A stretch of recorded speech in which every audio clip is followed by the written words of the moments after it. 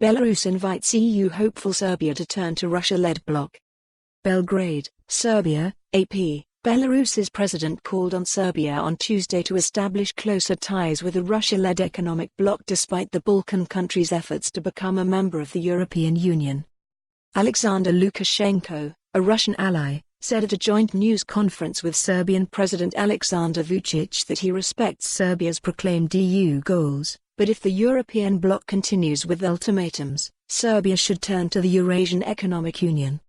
"You won't regret it," Lukashenko said, adding that Serbia should not hold its hopes high of joining the EU anytime soon.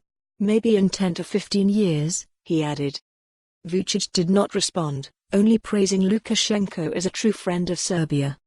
The EU consists of Russia, Armenia, Belarus, Kazakhstan, and Kyrgyzstan.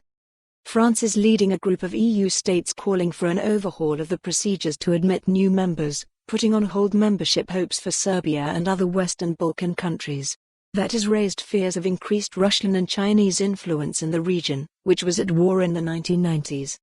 Serbia, Russia's only ally in the Balkans, has recently signed a free trade agreement with the EU despite warnings from the EU that it could hamper the country's membership hopes.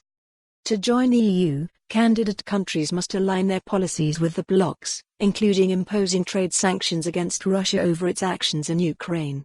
Vucic, who is later this week to meet Russian President Vladimir Putin for the third time this year, has repeatedly stressed that Serbia will never introduce sanctions against Moscow. For more on this story, visit the news article link.